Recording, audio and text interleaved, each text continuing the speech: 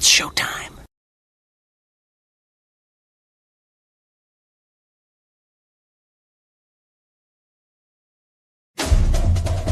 Welcome into the SEC Pub.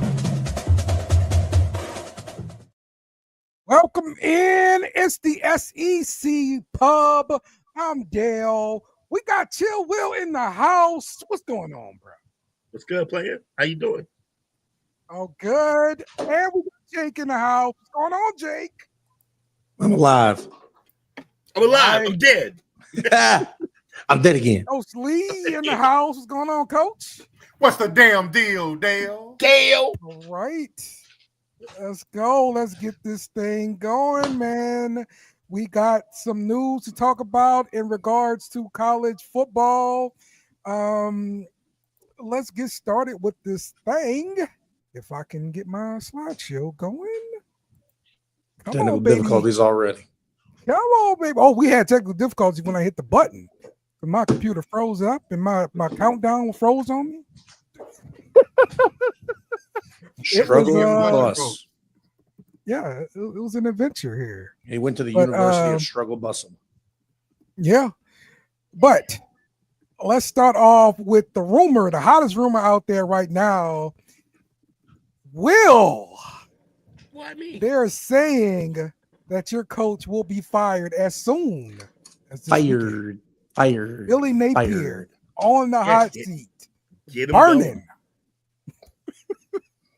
I'm at a point now that, like, I've seen enough out of DJ to know two things. One, he still has immense potential to be a great quarterback.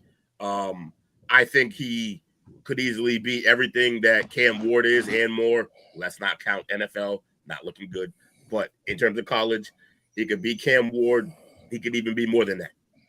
That being said, I've seen enough negatives in his game to not fully stress that if we fire Napier, he'll be gone. And I think Napier's the cons for Napier far outweigh the pros of DJ. It's not close. Napier sucks. And I kept telling y'all this. Y'all didn't, no one here fought me, but the collective fought back saying, well, he's winning this, he's winning that. No, he's not winning anything. We're off to the worst start in Florida Gators football history since the year I was born. I'm 38, y'all. The year I was born, 1986 was the last time the Gators started off this bad. Napier should not finish this season. He might, but he should not. He's a shitty coach, not a good coach, and I'm done. So, there'll be an interim probably. I would really love if we had the beauty of doing it in season is that you can possibly line yourself up for one of the better available coaches, whoever's out there, because you're going early. Right. And not only are you going early, you're going early as a prominent SEC team, which means if we're talking about Power Fives and we're talking about the best of the Power Fives, the best job currently on the market is the Florida Gators job. Now, it's not officially on the market yet, but I promise it will be. Everyone who's a coach who wants to be something, who wants to be a great coach, who already is a good coach and wants to be greater, they're all looking at this job right now if they're smart. But how did you guys land on Napier last time with it being a prominent opening? I think we jumped the gun. Okay. I think we had suffered through poor coaches since what's his name? Who went to Ohio State? Urban Meyer.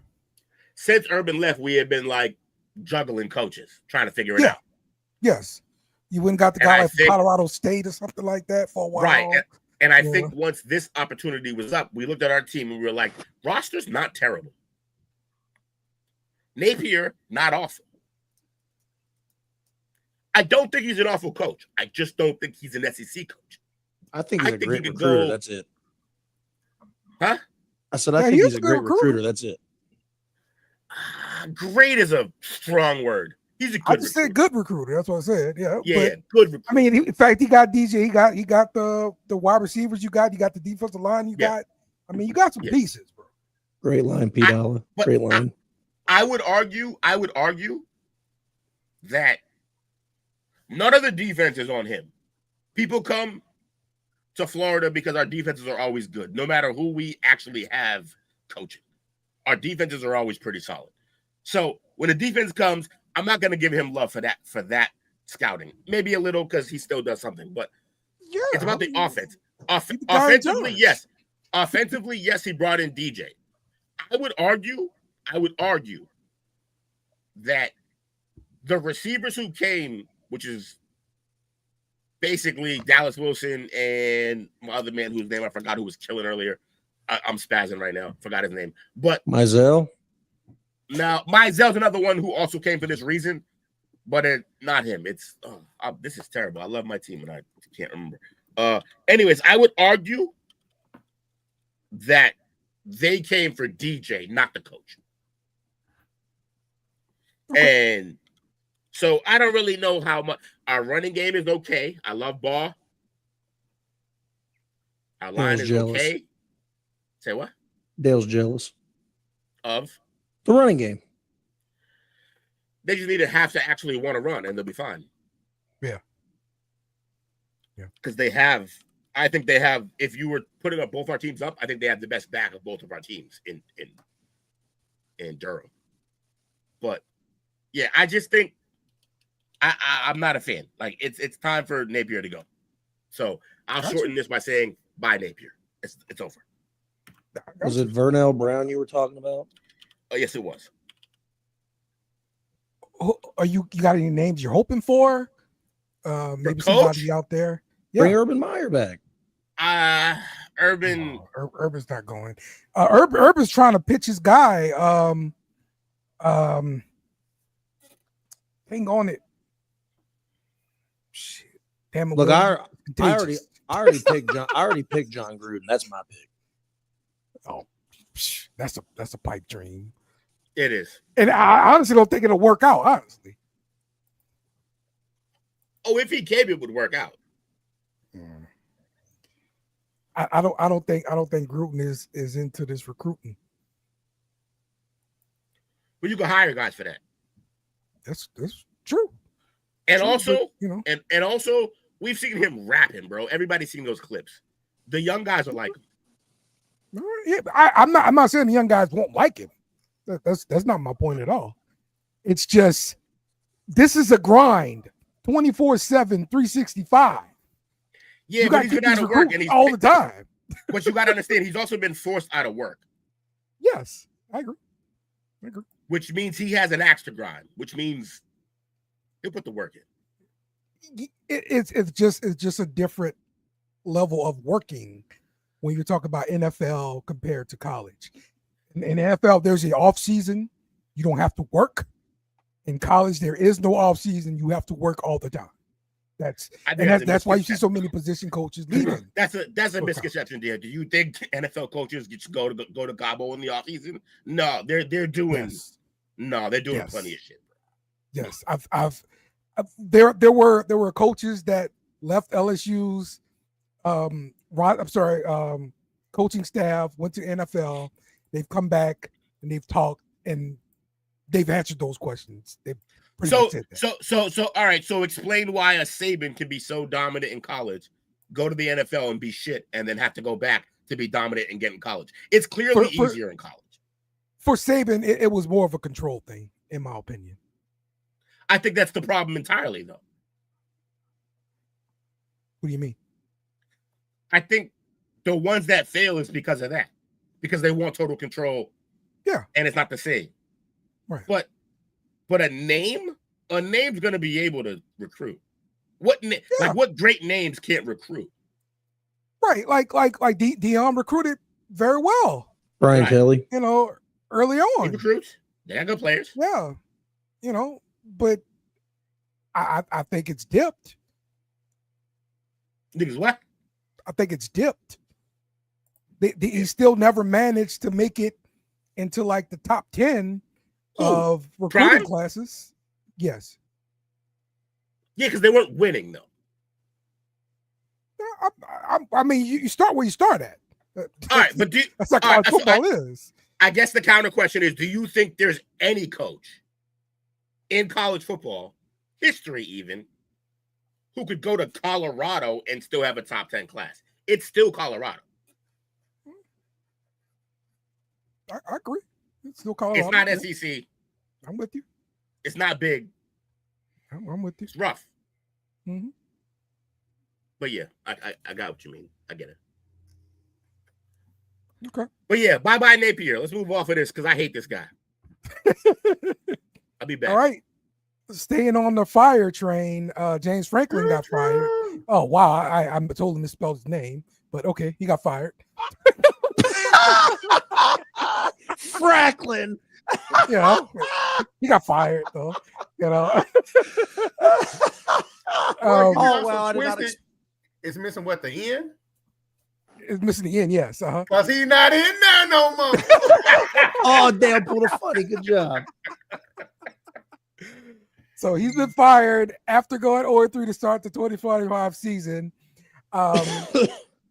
and it is driven by his 4-21 record against top 10 teams, including a 1-18 mark in the Big Ten play. The decision is going to cost Penn State about $49 million for the buyout. And the AD has said it is not just because of the 3-game skid thing. It is because of winning. We don't win big games, and he's trying to win a national championship, and he believes the fans deserve one. So 3-17 against top 10 teams. 4-16 alone against Ohio State and Michigan. Terrible. Terrible. Last conference championship was in 2016, the Big Ten championship. Mm-hmm. Oh, Wait, my goodness. Wait. Am I? Just to make sure. I mean, I know, but make sure. Okay. Same conference as Ohio State. Is Oregon in that conference too? They are. Yep. Fascinating. So one of y'all best teams in the we're better than the SEC crew is a fraud. We all got little brothers. Yeah, our little brothers are Vandy and Missouri who are whooping ass right now. Your little brothers do this. That's the difference. He did talk up Indiana and Illinois a couple weeks ago. Indiana, Indiana's I still like. balling. Those are our little brothers. Dominate. Number 3 in the Signetti. country. What you got? I rock with Signetti. But Jake, that's why your conference ain't leveling up. That's one of your best teams. You can call them a little brother, but Penn State's one of your best teams. Yes. Selling points That's in that's that a flagship program. It's a flagship program in your they've had conference. problems since Sandusky. Doesn't matter. Flagship Yes, it program does. in your conference. Flagship program in your conference. Whenever you're talking about our Didn't conference, Florida go to great, shit when Urban left? Exactly. Whenever They you're went to talking- shit when whenever Paterno you're- left. whenever you're talking about our conference is better than, that is one of the top 4 teams in your conference. This is what they do. Yeah. But Franklin right the ship in Penn State. He was He there to deserved right to be the called ship, and he Franklin. did. He deserved to be called Franklin. But no, he was better than the Rodman. previous 2 people that was in that job. He was Yeah, better but the than previous them 2 people were literally trying to bring back an absolute dumpster fire. Sandusky left them in their wake. guys. And not only was the Sandusky scandal a problem, it's also Joe Pollitt and it happened. Your literal goat for the program is Yes. Joe Pollitt. Yes. They still with him way too long. So They stayed with him the perfect amount of time if they weren't destroying the lives of young men. It would not have mattered how long he stayed had that not been the case. he was wasn't that lit- good, bro. He was the football late in version his- of Larry his Nassar. career. It was awful. No, he wasn't that bad. Larry Nassar actually did it. He was coaching from the press box and all that crap, man. Like, So you can get a better view. old man didn't know what was going on, bro. Damn, Arkansas, Louisiana education. Hilarious. All right, and sticking with the Big Ten, the Big Ten Conference is advancing in a groundbreaking private equity deal valued at around $2.4 billion. This proposal is led by the commissioner, and it aims to inject immediate cash into its 18-member schools to address rising costs like athletes' revenue sharing, facility upgrades, and debt from expansions. Discussions have been ongoing since early 2025, with the potential vote expected to come later this month. The deal would create a commercial arm called the Big Ten Enterprises, which would manage the league's revenue streams like media, sponsorship, and tickets. In exchange for the investment, the private equity partner will receive a minority stake, about 10%, and a proportional share of future annual distributions, but no control over the conference decisions. So this isn't just a cash grab. It's tied to a 10-year extension for the Big Ten's grant of rights deal through 2046, locking schools into the conference and making poaching for a super league further realignment unlikely. So this will put a big monkey wrench into my plans of the NCAA getting the hell out the way and the big conferences seceding. If they do this deal. I don't think so. Well, it's going to lock everybody into the Big Ten contract, which means you can't. But who's leaving the Big Ten? Everybody's coming to the Big Ten. I think this is just to keep from having people coming down. I still think them and the SEC is working on something behind closed doors. Yeah, well, the ACC and the SEC are they've got an alliance going on where they would actually play each other for those non-conference kind of games. So they have that alliance going on, which was what I thought was one of the starting points to forming this Super League. My thought was they were going to drop like the access weight, like the smaller schools that, just kind of collecting checks in conferences, all merge together and make a big conference.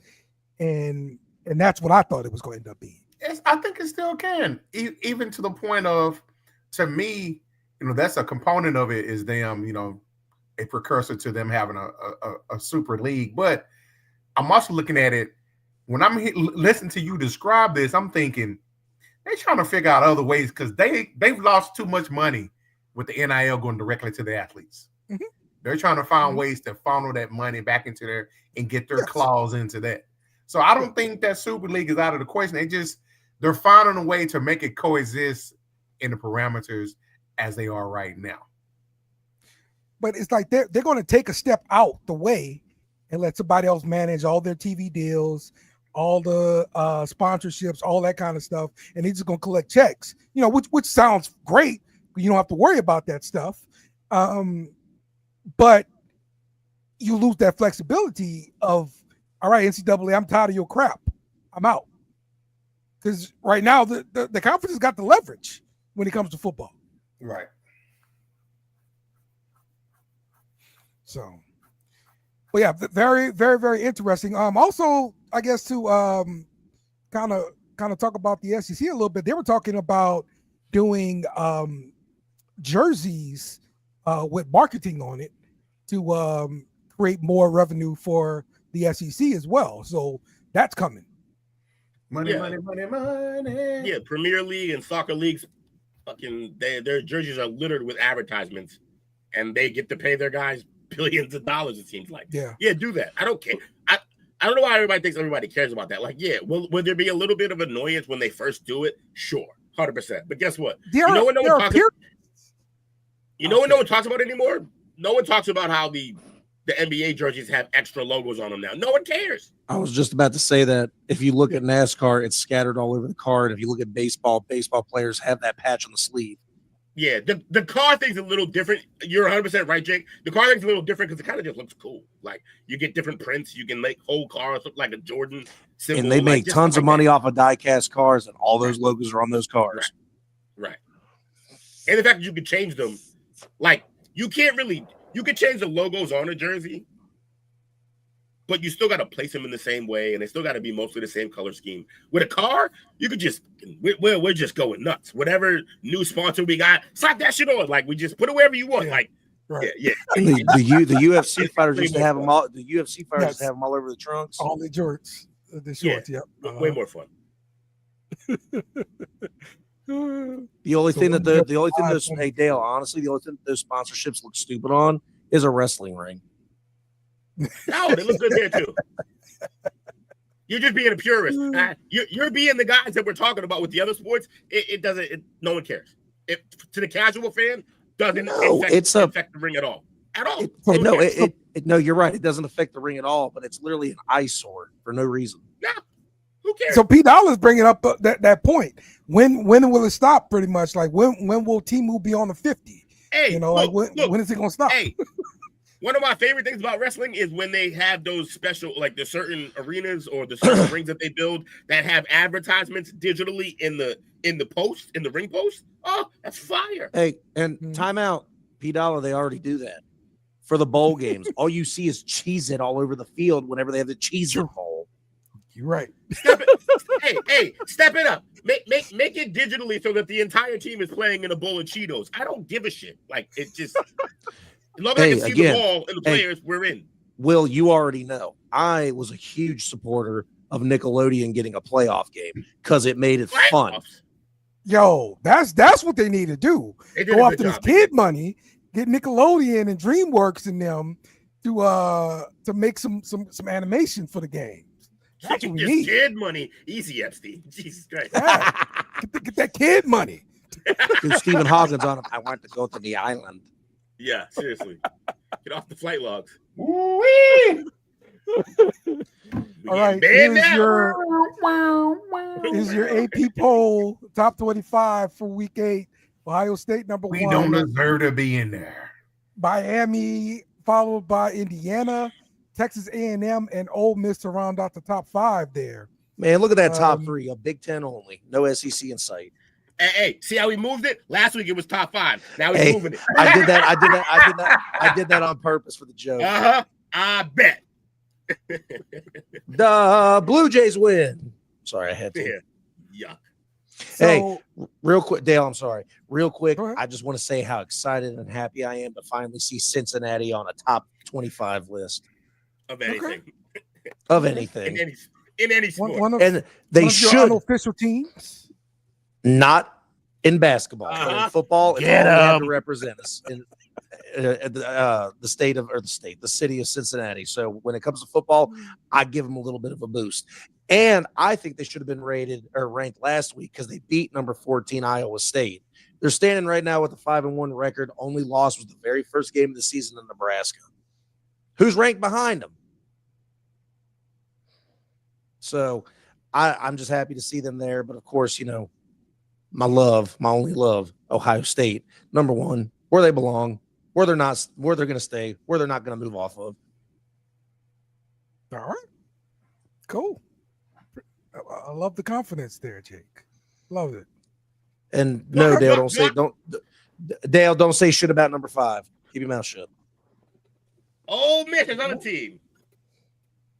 I mean, that is your other team. Nope. It's your SEC team. No, it's not. If I was going to pick an SEC team, I was going to do what Tuke did and pick a cool one like Vanderbilt. Yeah. Too late. You got Ole Miss. Apparently. Who's their quarterback anyway? I heard he's a dog. Sean Blaise. Yeah, dude, for real. Chambers is like a story, bro. Like, yeah, he's got a fucking cool ass name. He reminds me though. The only thing that scares me, he reminds me of DJ Uwe Alungale the first time around. He gives me those vibes. He could be better, but he gives me the same exact vibes. I mean, listen, bro, that system is quarterback friendly, bro. Like he will make it easy for quarterbacks, and it is. But that's why I don't trust. I don't trust quarterbacks coming out that system. Good old Lane. Really, just Dart doing Dart things. Yeah, this is why I don't believe in Lane. Hey, Dart's fine. You would take Dart over Show right now. Shuck or whatever his name. Oh, it was Shuck. Yeah. Shuck. They should have traded up for that. I wouldn't take him over Spencer though. So wild. You're crazy. Hey, and I'm a Spencer Rattler supporter, and that's wild. You're crazy. Dealing, guy, bro. Man. Move anyway, on. Next topic. What the hell? Julian Sands moved in? Yes, the Heisman top 5 here odds. Carson Beck, followed by Ty Simpson, Fernando Mendoza, Jeremiah Smith, and Julian Sayin. You got 2 Ohio State guys up here, Jake. Which one you betting on?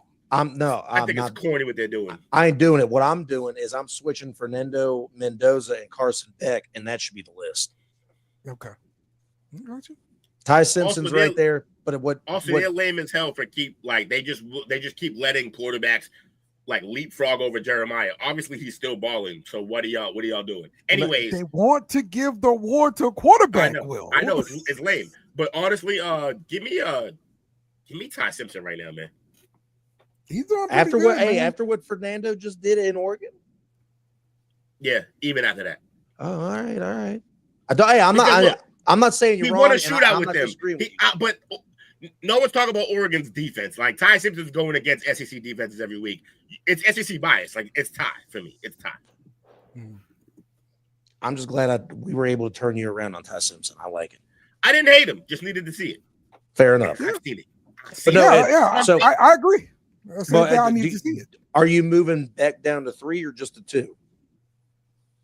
Oh, Beck can go to 3. I don't think they're winning games. I don't think Beck is killing to win these games. I just don't. I haven't seen him wow, this team is different because Beck is there. I don't see that. His best game was against USF. He threw for 340. Right. Other than that, it's been a lot of Carson Beck stuff. If I'm switching the list, never a Heisman guy in Georgia. He's not here. I'm moving Beck down to 4, Fernando to 1, Ty Simpson stays at 2, and Jeremiah's at 3. So we have the same thing, except I flip Mendoza and Simpson. Correct. Okay. What you think, Coach? Hey, man, I can't really. No, not really. I'm a little bit partial towards Beck. I thought he was carried for the most part in Georgia, his time that was there, but he's gone over to another program and he's contributing there. Who the team is number 2 in the nation right now? Yes, correct. Mm-hmm. And he's and even though the wins, he beat Notre Dame when they were number 6. I digress. Since Florida when they were 18 and Florida State when they were 18. So he's beaten some top programs so far. I think he beat the top were they good programs though? But he did beat them. Yeah, he did beat them though. He beat them, and they were good when he beat them. So he's got 13 touchdowns to 3 picks. Okay,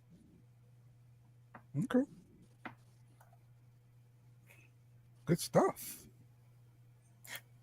All right, let's play our game, targeting or not. I love it. This first one comes from Alabama versus Missouri.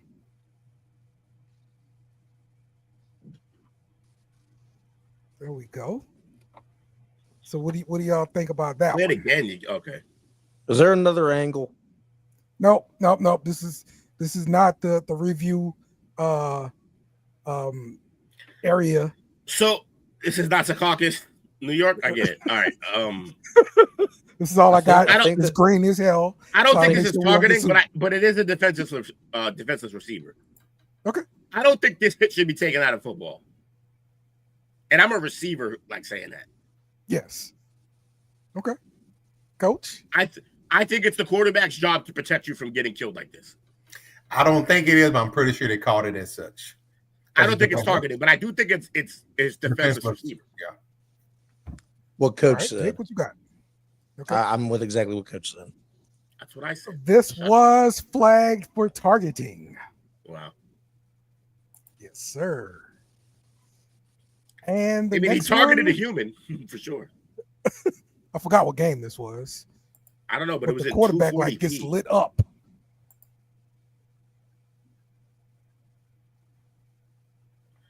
That's not targeting. He got buried. Good old UC stomping them out. Look, he lowered his head. The guy lowered his head to him. That's a him problem. I mean, we Look see at the runners defender. lower their head all the time, though. But like on this one, it's bang bang. Like the target that the tackler was aiming at was not helmet high until the guy dropped, and he couldn't see it. I agree with you. I'm going Homer because it's UC. I'm going no. Okay. Coachy. What you think, Will? I said no. No. Okay. No. Coach got no. No. I see the All flag. right. This was actually called targeting. Yeah, that's rough. Oh, what? Because he made a good tackle? Okay. Crown on the head, I'm assuming. Yeah, helmet to helmet. That's how it goes. That's how it goes. Indeed it is. All right. Let's talk about the week that was in week 7. Highlight a couple games here. Look, Indiana pulled out the upset over Oregon 30-20, marking the first time since 1967 they got a win over a top 5 AP opponent. Who did this? Indiana over Oregon. Yeah, Signetti was gonna slowly head himself into can they win the big games convo, and he kind of put that to bed with this game. Yes. Shout out to Sig. Agreed. Big Sig fan. Mendoza's balling. I'm upset that my surrogate new favorite player, the Korean, didn't get a win here, but he can't throw himself the ball. He might be able to. It's like a 5-star plus. You know what? You're right. Why would I limit that man? You're correct. Well, Moore is throwing to Moore though, so I mean, technically, yeah, exactly. It's not the right Moore throwing to the best Moore. Penn State suffered another loss to Northwestern, though, and honestly, I think that's what really got him. That's what our little brothers do, Will. Like Northwestern, bro. You can't lose to Northwestern. Eating ourselves alive, like the SEC apparently does. Yeah. Yeah, it's a little different. So, but yeah, like Northwestern, they're like the Vandy, right? Of the Big Ten. Am I right? I'd give that to Rutgers, but that Northwestern's been known to put a few upsets on people. Yeah, Northwestern had some upsets. They also send like plenty of pretty good players to the league. Some really good linemen. Yeah. Okay. All right. Vandy did a whole lot of not sending anyone anyway. USC beats Michigan. Sorry, I didn't think. Yes, USC beat Michigan 31-13. Despite losing both top running backs, they showcased their 232-yard rushing attack. Damn, Dale, what do Utah do? That's what the people told me they did. USC. Oh no! I said Utah to Arizona State. I just saw that score. Holy shit! Oh yeah. Yes. That's nuts. That's what happens when you lose Scatterboo. Scatterboo. Okay. So, if there are any more games on here that y'all want to kind of bring up or mention here? Nah, it was a weird week.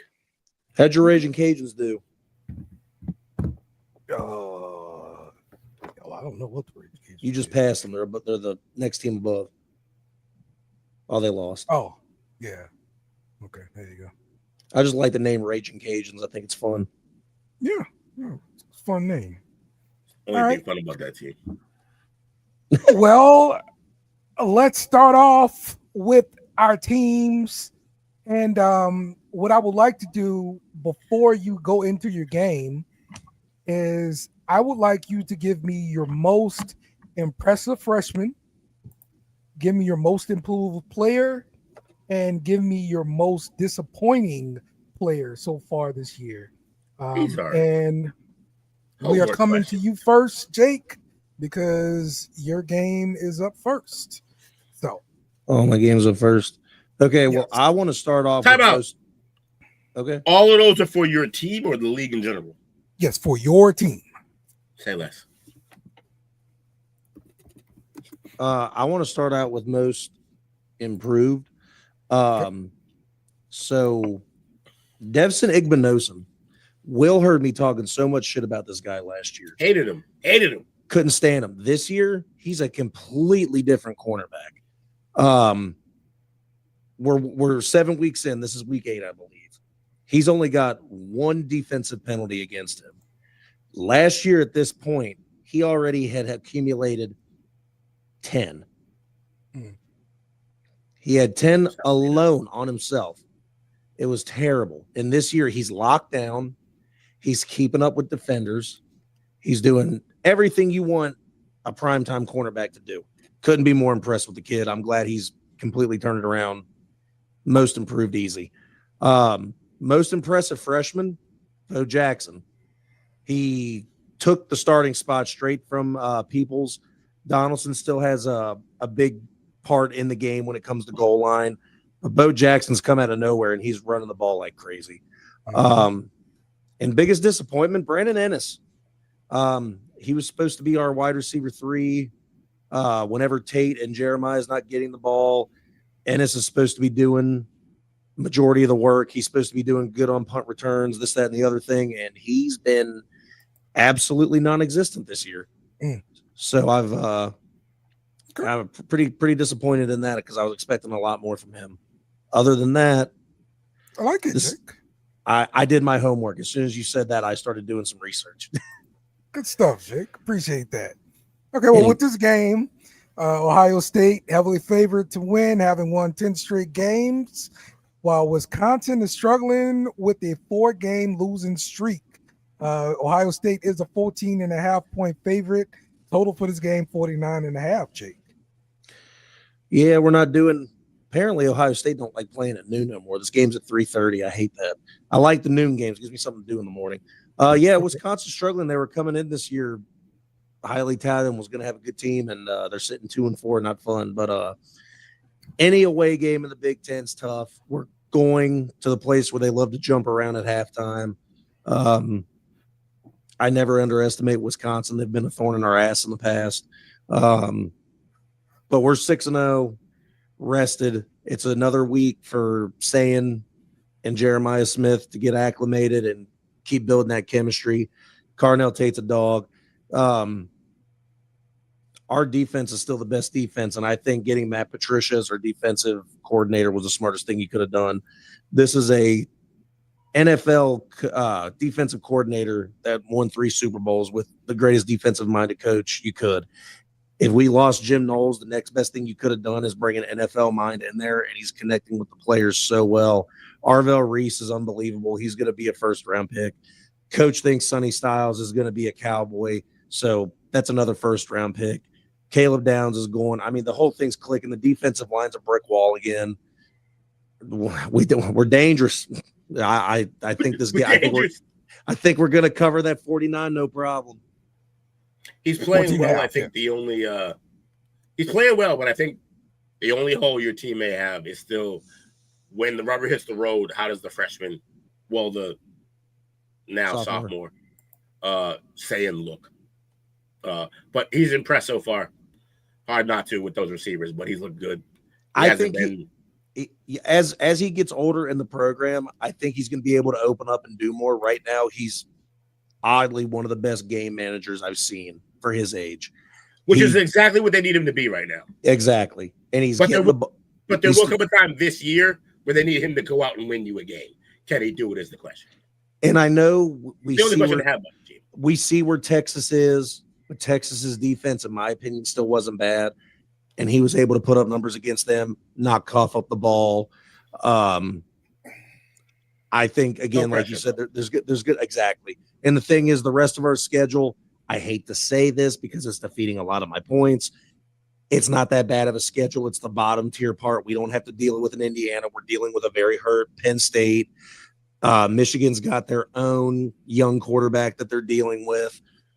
The schedule's not bad, and it's very much in our favor. But this is great because these are just tune-up games for saying to be ready for the playoffs. And then next year when he comes back and he's going to be more confident. So Ohio State lucked out with the schedule they got this year. That's for sure. Okay. All right, Jake. Appreciate I that. Really is what to say about my Gators. Let's get over to Texas. Hey, Jamie, you want to talk about UK? No one asked that. No. Give me your best. I'm sorry. What is it? The most impressive freshman, the most improved player, and the most disappointing player, Coach. I think I know who the most disappointing is. Most improved freshman for me has been Parker Livingston. Okay. He's a redshirt freshman, but he's a freshman. He's leading the team in yards. He's actually 308 yards, 20.5 yards per catch, and 3 tubs with a long of 83 yards. So I'll take that. He was out last week, got him back this week, so hopefully he'll continue to build on their chemistry. The guy that I'm most disappointed in, believe it or not, is not Arch. Okay. Who is it then? Ron Wingo. Yeah. Okay. That could be because of Arch. Yeah. But, he came last year. He was what, the third option. He shined in the third option. This year, he's expected to come in as wide receiver 1. And as mentioned, he let a freshman uptake him on that. Now, he is second in yards at 298. But you think for what he dealt with last year and what he saw in front of him, he'd come in, he'd be making a lot more noise. And what was the third one again? Okay, most impressive freshman, most improved player, most disappointing player. Most improved player, I will probably have to say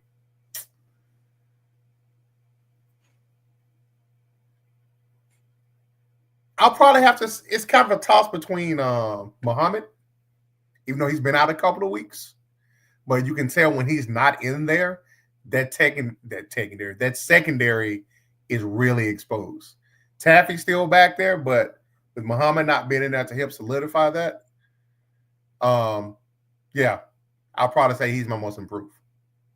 So most improved, Muhammad, disappointing, Wingo, freshman sensation, Livingston. All right. Cool. All right. Texas enters this game with a 4-2 record. They're looking to build on the recent victory over Oklahoma, while Kentucky is at 2-3, aiming to turn around their struggling season after a bye. Coach, you guys are a 12.5-point favorite. Texas is 42.5 is the total. What do you expect to see, Coach? I expect them to cover. I probably would take the under. And I think you're going to see a little bit better ball out of Texas. The dead weight's starting to kind of shake itself out. They got 2 guys who've already have left the team. Yeah. One of them was a DB and return specialist, and the other was a running back who came in as a 4-star last year, but he's had a case of the Fumblerooskies, and he's been supplanted on the depth chart by a freshman. Mm-hmm. So he's transferring. Mm-hmm. Probably going. He's originally from Florida. Yeah. Okay. Yeah, I've seen a lot of that kind of action going on right now, where players kind of calling it a season, trying to preserve a redshirt year and all that kind of stuff, getting into the portal. So yeah, get those guys out of your program. They ain't trying to help you win nothing. Yeah, absolutely. Absolutely right, Coach. All right. We're going over to Florida. Will Florida. I need your most impressive freshman, your most improved player, and your most disappointing player. Okay, let's get this underway. All right, so most impressive freshman. The actual answer is Vernell Brown III. Y'all have heard me talk about him constantly. Just love everything he brought to the table. Yeah, I wish we had been a better offense so we could see more, because I think with DJ's arm, I think if the right system was in place, we could have lit it up. Like I said that this was a top 5, top 3 even receiver room in the nation. That was before our highly touted freshman Dallas Wilson returned from injury. I still think we had a top room.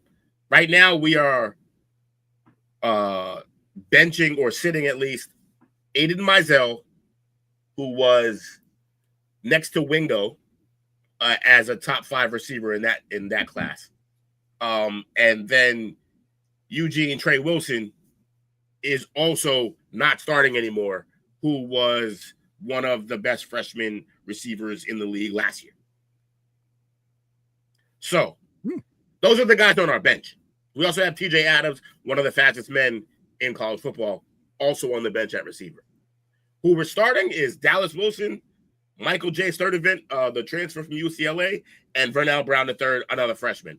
Wilson and Vernell Brown are phenomenal. I am terrified that they will walk if Napier walks and then subsequently DJ leaves, because I truly believe for the next 2-3 years we could have the best receiving core in college football. That is with Ohio State on the board, despite what they do.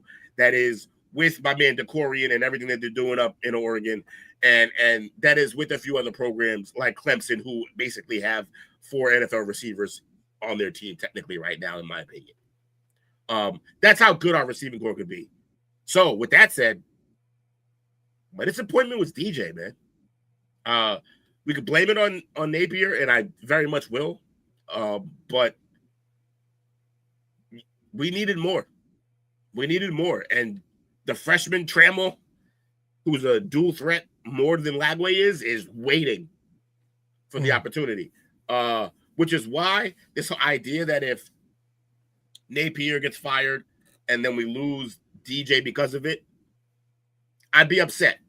But I wouldn't jump ship. I wouldn't feel like we're in a position that, oh, now we're screwed, because Trammell Jones Jr., the freshman, jumped over a few guys to be the backup for a reason.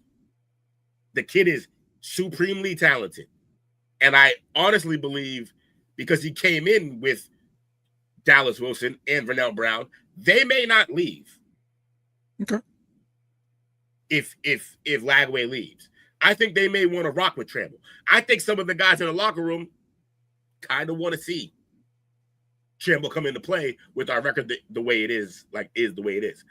Also, I think I'm pretty sure people are thinking like, yo, look, if Napier's out of here, we don't know if DJ will stay. It's a possibility he leaves. But, there's a solid chance Trammell stays, though.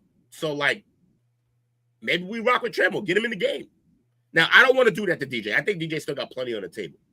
I still think he offers plenty. Napier is just, he recruited a guy he didn't know how to use. He's not using him well at all. And so. You think he wants a running quarterback? I don't know what Napier wants. There's no way he went out and recruited DJ wanting a true running quarterback. That's not what DJ is. DJ is very much like Cam Ward. He can run, but he actually is going to sling the thing. And I think he's just, I don't know if DJ can't handle the playbook, can't handle the second or third reads, but he's not doing what anyone expected. And I don't know who to blame. Improved Jacoby Jackson, our guy. Dale, you were a fan. You've seen him play 2-4, running back, plays well. That's what I'm going to give my improvement for. And I've already given you my freshman, and I've given you my disappointment, which was DJ. That wraps it up for my Gators. I want better. We're not good. We need to be better. 2-4 is not it. 2-4 is the worst start. I said it in the last show. I don't even know if I said it here yet. 2-4 the worst start in Gators season since the year I was born, 1986. That's awful. Yeah. Let's figure it out. Okay, well, let's talk about this game versus Mississippi State. Both teams are looking to turn around disappointing seasons. Florida is struggling with injuries, and just like you mentioned, the 2-4 record.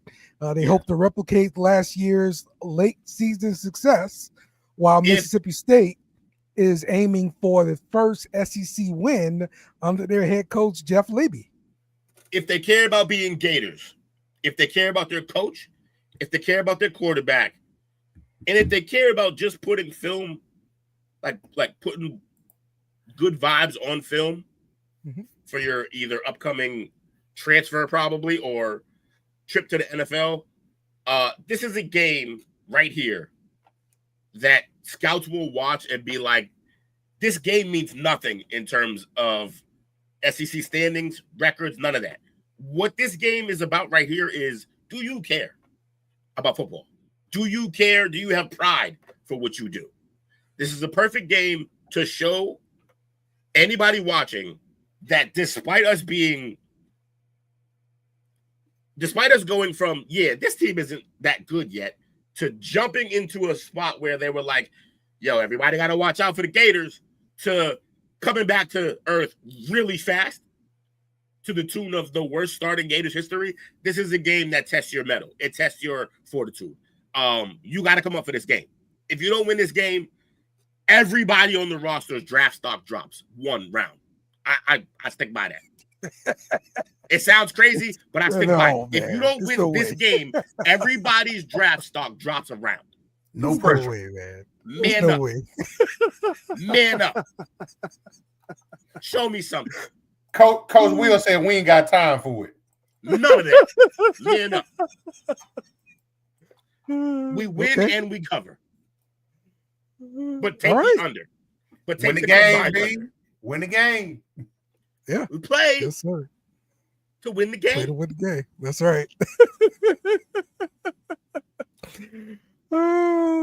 Okay. Let me find my stuff. Okay. Let's go to LSU. My most impressive freshman is going to be DJ Pickett, the 5-star cornerback. He's playing like in a nickel right now, but he's doing pretty good. He got a pick 6. They were called back due to some other penalty. He got some other picks in a couple other games. He's as advertised. Most improved player, I'm going to give that to Trey'Daz Green, our mismatch of a tight end, and he is probably our best receiver this year. Easily.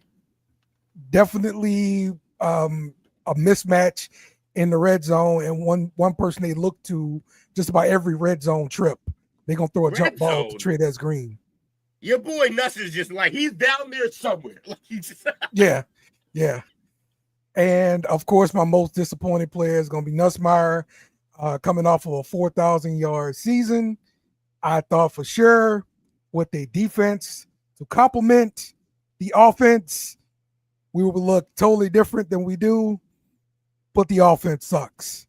And, can't nobody escape it, So that's my answers to the questions. Now let's look at this game versus Vanderbilt. Both teams have a record of 5-1, with Vanderbilt boasting a strong offense that averages over 43 points per game. This is scary. While LSU has shown defensive strength, we also face challenges on offense. And I just saw that on the injury report. Our starting defensive tackle, Bernard Gooden, is doubtful. And this game, Vanderbilt is a 2.5-point favorite at home, and the total is 48.5. This game scares the crap out of me. This is one of those games you look at in the beginning of the season, and you're like, yep, that's a dub. Well, guess what? Vandy ate your daddy Vandy this year. So it's going to be a game.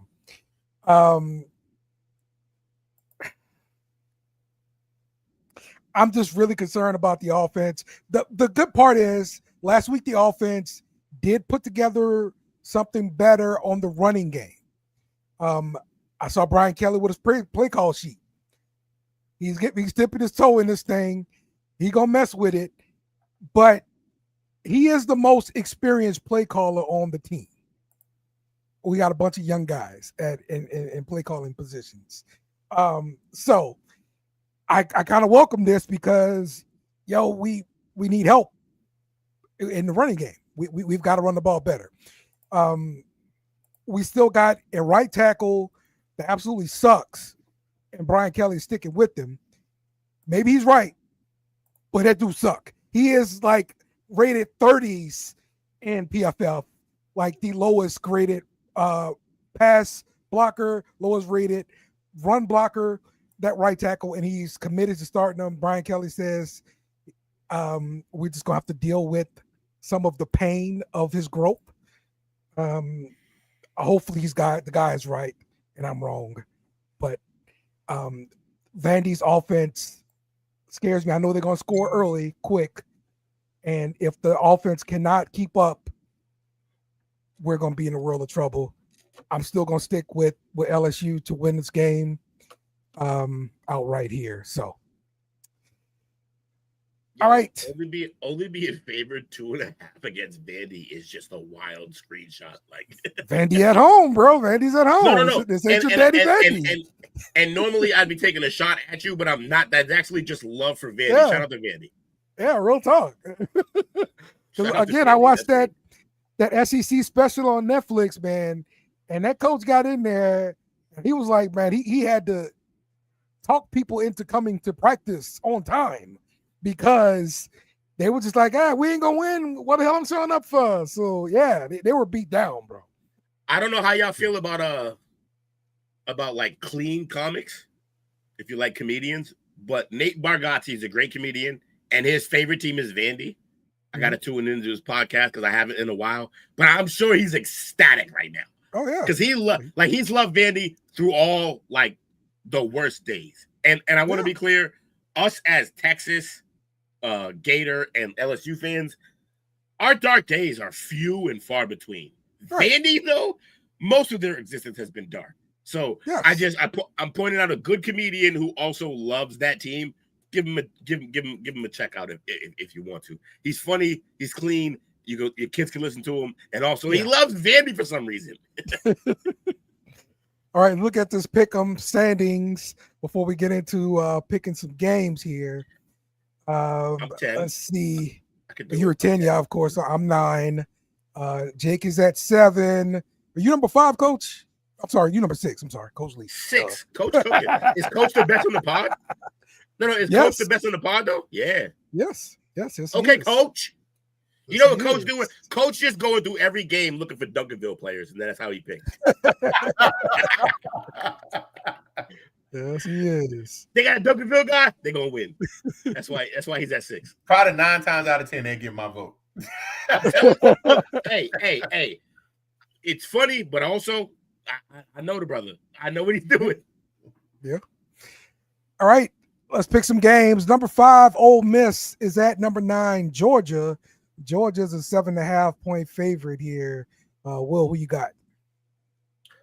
You said Georgia at who? Wait. Sorry. It's Ole Miss at Georgia. Ooh.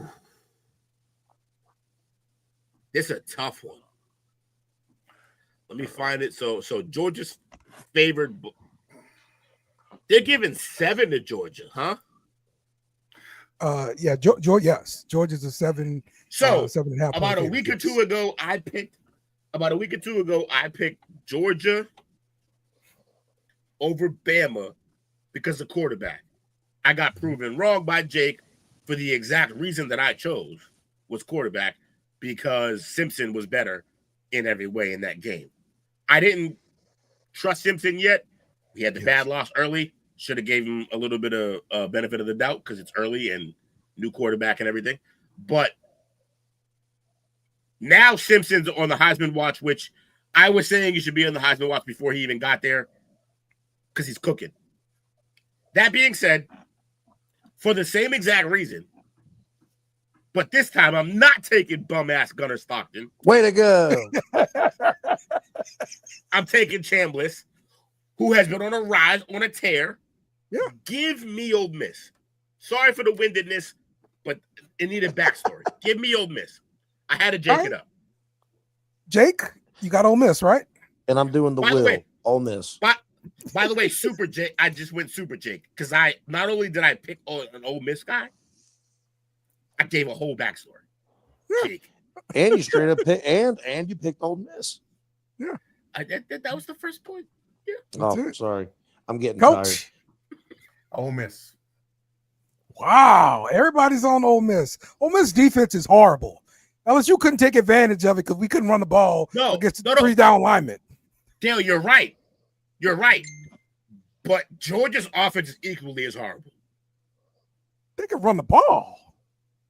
Look, can you name the running back though? No. all I know is Georgia sets pro style offense and they run the football. I know that.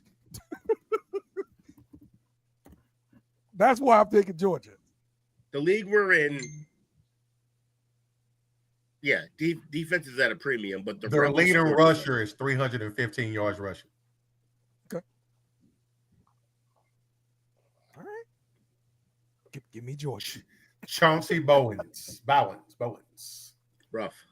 Chauncey. Chauncey is a great name. Not only is it a great name, it's a great name in Black history. Just Chauncey. Yeah. It's a good. Number 11, Tennessee at number 6, Alabama. Alabama is a 7.5 point favorite. Will, what you got here? You're going to see a trend now. One of the number one Will traits is if I'm wrong about a guy, I then love the guy.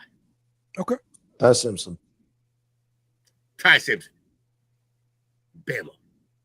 Feel you. Jake? Ty Simpson. Coach. Jake was on us before. Jake was on us before all of us. Shout out to Jake. Bama. Alabama. All right, we're going clean sweep for Alabama there.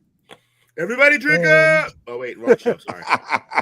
The last one I've got, number 20, USC at number 13, Notre Dame. The Golden Domers are a 9.5 point favorite. Oh, one of the oldest rivalries. Give me USC. Give me SC. So 2 of y'all pick SC already? Dale pick for me. He I'm hates going both Notre of them. Dame. Yeah, I'm gonna split the crew. I'm gonna go. Threw up in my mouth. Notre Dame. All right, we'll leave it to the chat to decide. Oh wait, that's the chop up. My bad. Also, wrong show. We're doing great. We're doing great here. All right, cool. All right, well, look, that's the end of our pick 'em there, man. And you guys make sure you get your picks in. Hold on. So you can what? Did we do an actual pick? You just talked about LSU. Did we do an actual pick for that game? It's an SEC game. Okay, sure. Well, we can pick that game if you want to. We should. All right. I don't. Let me see. Let me see. Go back. Let me go back. I'm sorry to derail, but that's an important game that you just like. I'm fine with picking my game. But that's what makes it weird that you glossed over your team versus a great SEC team run right now. Okay. It's almost like you didn't want to put this under the spotlight because you're scared. Vanderbilt is a 2.5 point favorite. The total for the game is 48. I love that he powered through it. It made the playing pick better at than he Vandy? powered through it. At Vandy? Who you got, Will? He's like, I'm not gonna respond to this criminal, this terrorist. I'm not gonna respond. You know what? For the fun of the show, LSU. You picked LSU, right? Yeah. For the fun of the show, give me Vandy. Okay. Dale, is this a home or away game for LSU? They're playing at Away Vandy. game. At Vandy. Oh, I got Vandy. 11 o'clock in the morning, too. Sucks. In the He big hates house. early I don't games. even know what they're called that. I'm just calling it the big house. What is Vandy's place called? No one knows The big because they're house. never good. What is Vandy's place called? It's not the big house. The Anchor Anybody House. want to Google? I know the Google look. I know the Google look when Coach is on Google Watch. Coach doing the work for the pod.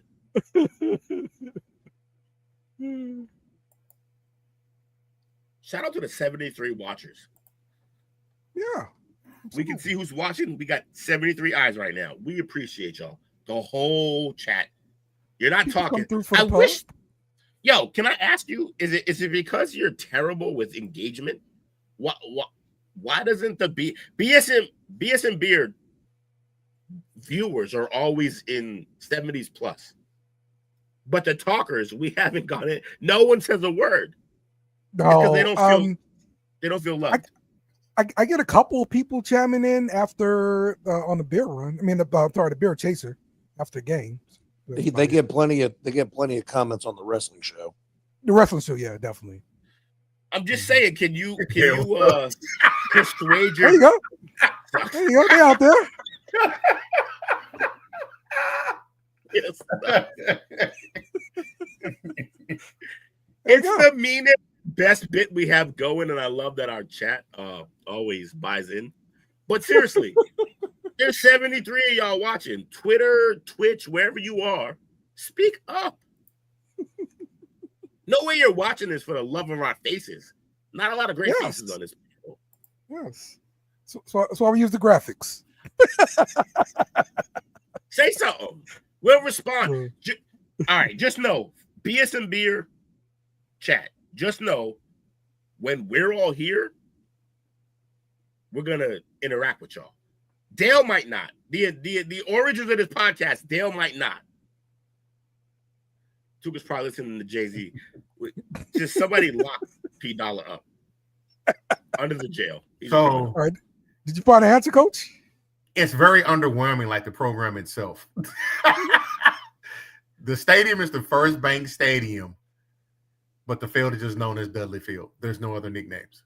There you go. Fun fact, I forgot what he was even researching. You want the nickname for the stadium? Rough. You was hoping it was something like Death Valley. We got the best. It's something cool, right? Like the land of lost souls, or just anything. But we got nothing. We got the best one. Welcome to the shoe. It's not the best. That Death Valley is better than the shoe. It's just weird because we have no horse type of anything, and they shape it like a horseshoe. It is weird. Why are you a shoe? I don't know. It made sense for the Longhorns, though, I guess. No, Longhorn. What's the Longhorns' place? No, I said when they came to us. But I don't know. What's y'all nickname stadium for your stadium, Coach? Don't have one. What? There we go. Land of sadness. There you go. We Coach. Will's got the swamp. I got Death Valley. Jay's got the shoe. Coach got nothing. It's because everyone there has swamp ass. Not a lie. Not a lie. You say, yeah, the Swamp for Florida, Death Valley for Clemson and LSU, the Big House. Yeah, Clemson needs to drop that crap. All right. Yo. All right. So hear me out, Dale. Hear me out. Don't just label me initially as a hater. Just deal with the facts that I present first, and then judge what I'm saying. Okay. In college, you'll have a controversial name for your stadium. Staying for your stadium. Great. Name for your name for your stadium. Will's tired too. No, tired probably isn't it. I'm always tired. This is Miller Lite related, probably. Fair enough. You have a controversial name for your stadium as it's also shared by another stadium who claims rights to that name. You also in the same state. The Spider-Man meme. You also in the same state have a controversy about a phrase for your team in locker room in who that versus who they with the Bengals. And the Saints stole that. I'm seeing the theme here. At what point do we have to realize that Louisiana as a state are just fucking thieves? You can say that about Mardi Gras too. You can say Alabama started Mardi Gras first and we stole it. So when are y'all gonna be better and create your own shit? Yeah, by the way, go for Mardi Gras. I didn't know the answer for that, Will, but I actually looked it up and found out. Yeah, Clemson did have it first. Yeah. I'm not debating that. I just say we beat them. They need to drop that crap. It don't matter that you beat them, bro.